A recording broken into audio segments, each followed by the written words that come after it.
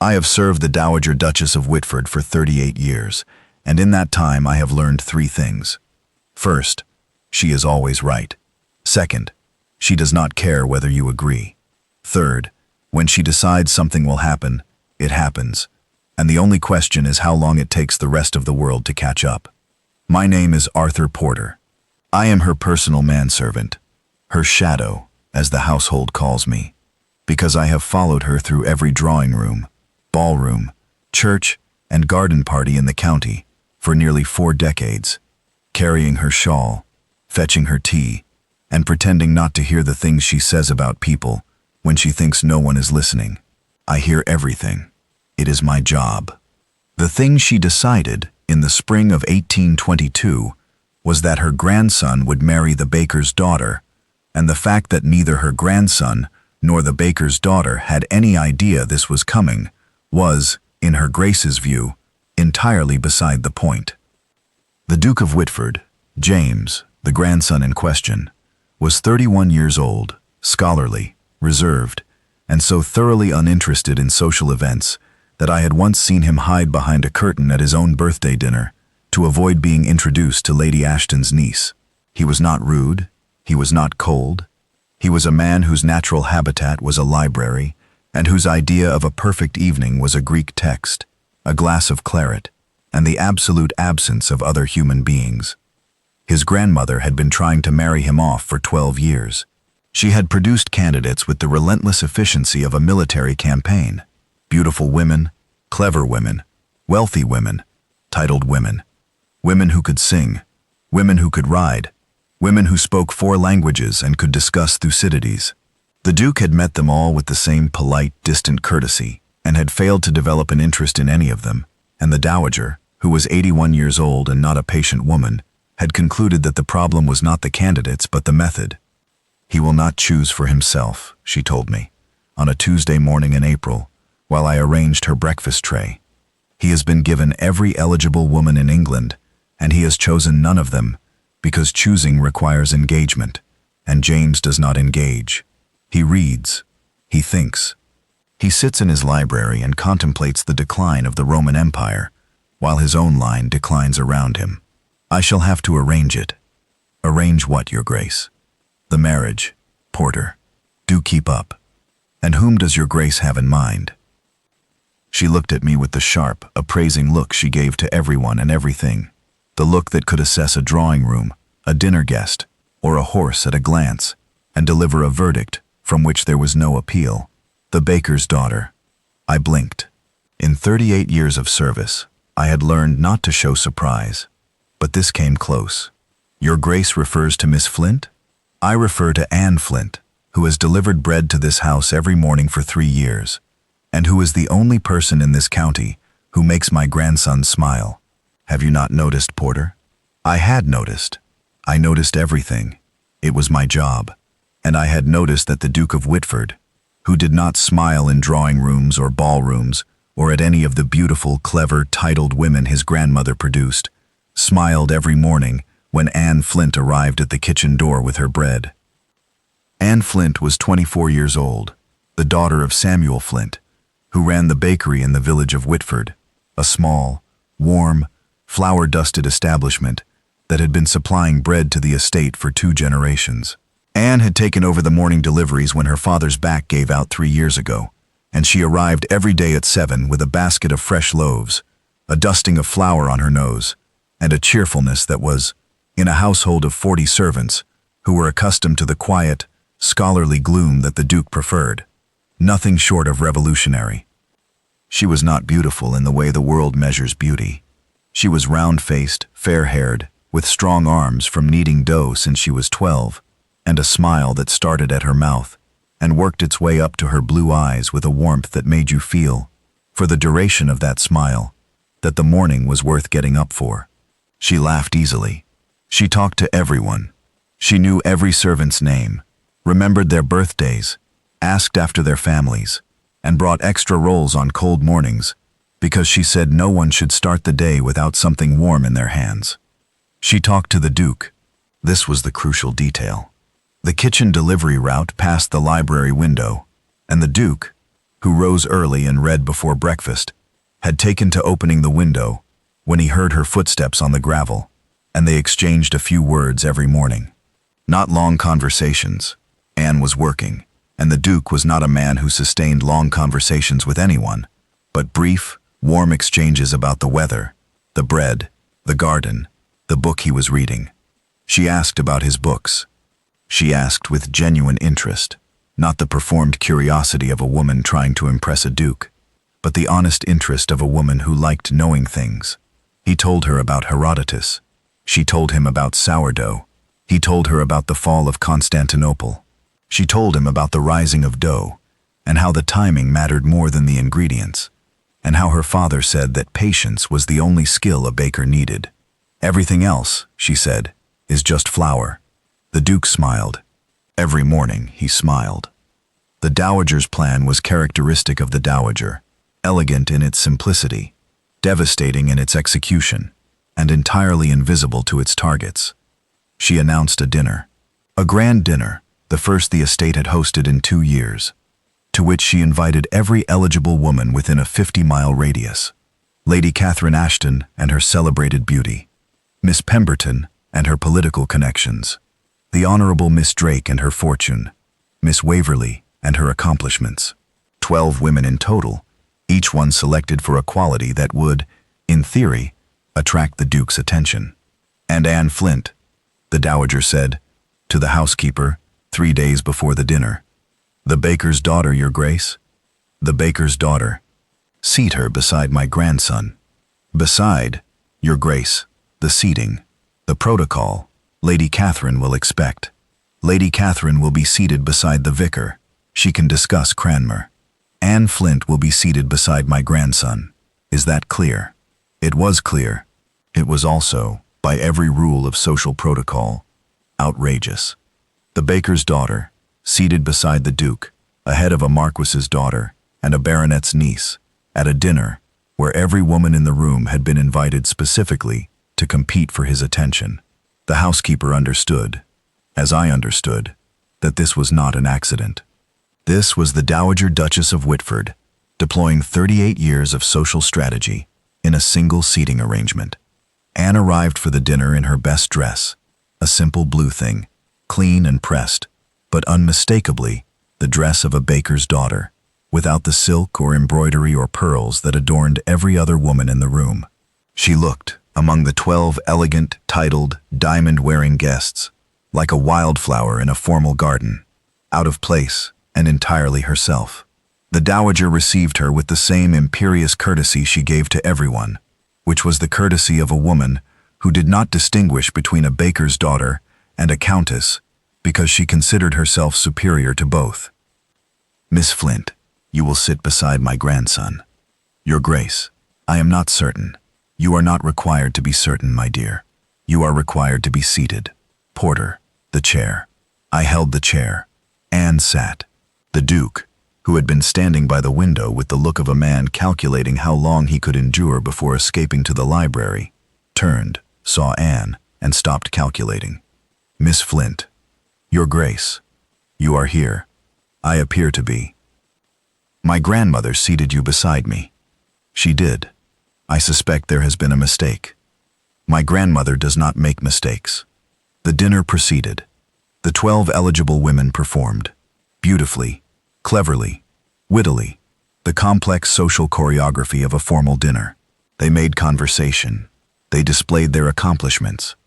They laughed at the appropriate moments, and fell silent at the appropriate moments, and did everything the season had trained them to do.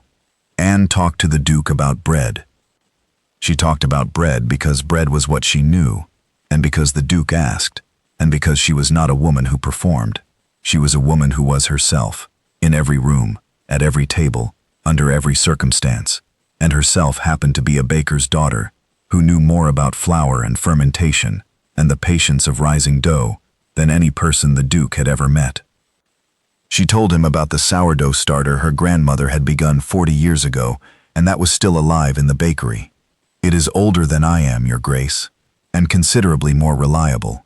She told him about the science of gluten, how kneading aligned the proteins into elastic sheets that trapped the gas, and gave the bread its structure.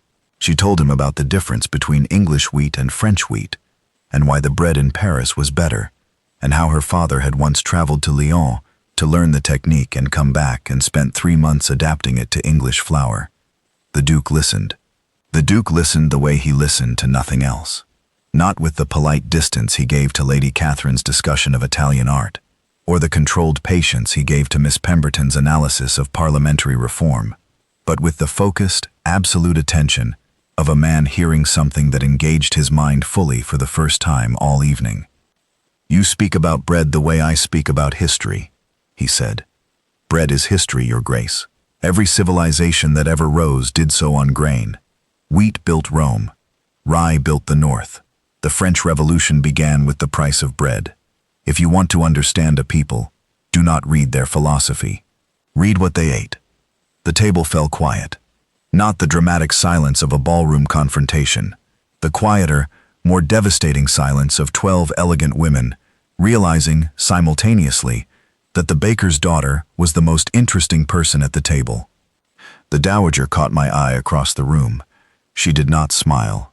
The Dowager did not smile in public, but the corners of her mouth twitched with the controlled satisfaction of a woman whose plan was proceeding exactly as designed. After dinner, the Duke did not retreat to the library. This was unprecedented. For 2 years, the Duke had excused himself after dinner at every social event, citing work or fatigue or the pressing needs of the estate. On this evening, the Duke remained in the drawing room, standing beside the fireplace, talking to Anne Flint about wheat and civilization and the patience of sourdough, and the 12 eligible women watched from various positions around the room and understood, some with grace, some without, that the competition had been decided before the first course was served. Lady Catherine, to her credit, handled it with elegance. She approached the Dowager and said, "Your Grace, I believe I understand the seating arrangement now." "I should hope so, Lady Catherine. It was not subtle." "No, it was not, but it was correct."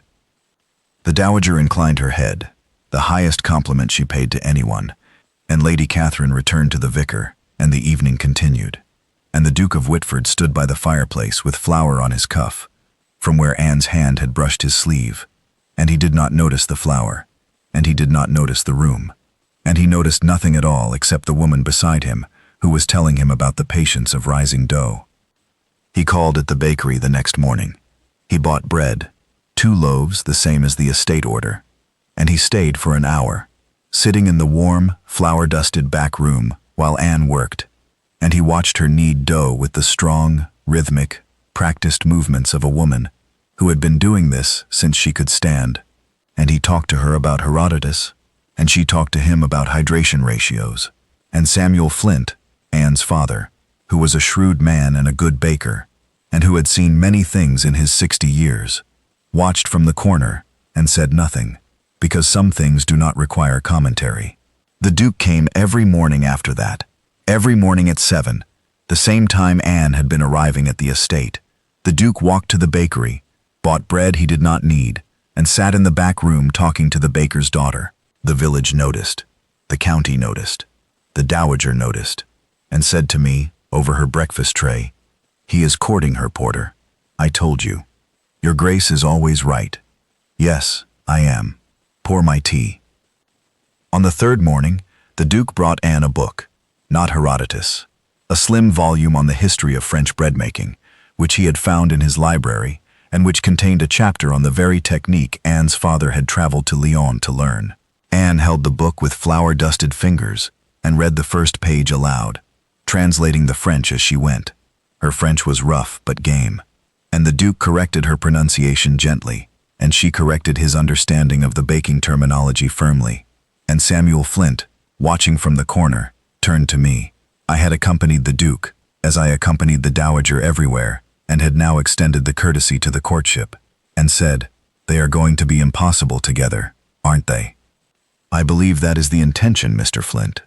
On the 5th morning, the Duke arrived at the bakery at 6 instead of 7, an hour earlier, because, he said, he wanted to see the bread being made from the beginning. Anne put him to work. She gave him an apron, Samuel's spare, too large, comically tied. and she taught him to knead.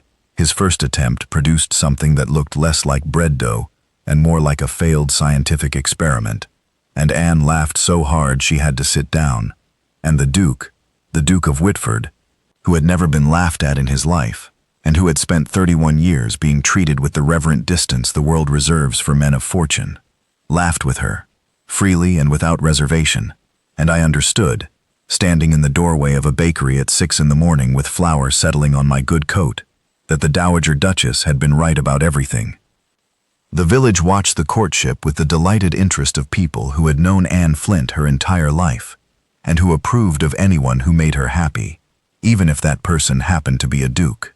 Mrs. Barlow, the postmistress, reported the Duke's morning visits with the regularity of a tide table. Mr. Jessup, the butcher, offered his professional opinion that the match was sound as a good joint, well seasoned and meant to last. The vicar, who had baptized Anne and buried her mother, said simply, "The Lord works in mysterious ways, but the Dowager Duchess is more mysterious still." He proposed in the bakery. He proposed on a Wednesday morning, standing beside the oven in his best coat, with flour on his lapels and the smell of fresh bread in the air. And he said, "Anne, your grandmother's sourdough starter has been alive for 40 years. I should like to build something that lasts as long. Will you marry me?" Anne Flint looked at him. This serious, scholarly, reserved man who had hidden behind curtains to avoid being introduced to eligible women, and who now stood in her bakery, voluntarily, at 7 in the morning, asking her to marry him between the first and second rise. "Your Grace," she said, "I am covered in flour. I do not care if you are covered in flour. Your grandmother arranged this. My grandmother arranged the dinner. Everything after that was mine. You are certain?" "I have never been more certain of anything. You told me that bread is history, and you were right. You are the most remarkable woman I have ever met, and I do not wish to eat breakfast without you for the rest of my life." She said yes. She said it with flour on her hands and dough rising on the counter, and her father weeping quietly in the corner. And the Duke of Whitford kissed her, the first time, she told me later, that he had ever kissed anyone, and he did it with the same careful, scholarly attention he gave to everything, which meant it was not suave, but it was thorough, and Anne said afterward that it was the best first kiss any woman had ever received from a man who had clearly studied the theory, but never practiced. They married in December. The Dowager attended in her finest, seated in the front pew, and when the vicar said, "Who gives this woman?" she looked at Samuel Flint, who was standing beside his daughter, and gave him the smallest nod of her life, a nod that said, more clearly than any words, "Well done." His grandmother invited every eligible lady. Then she seated the baker's daughter beside him, and the Duke of Whitford, who had spent 12 years failing to find a wife among the most accomplished women in England, found one at his own breakfast table, bringing bread every morning, covered in flour and full of warmth, because his grandmother understood what he did not, that the right woman was not the one with the finest pedigree or the largest fortune, but the one who made him smile.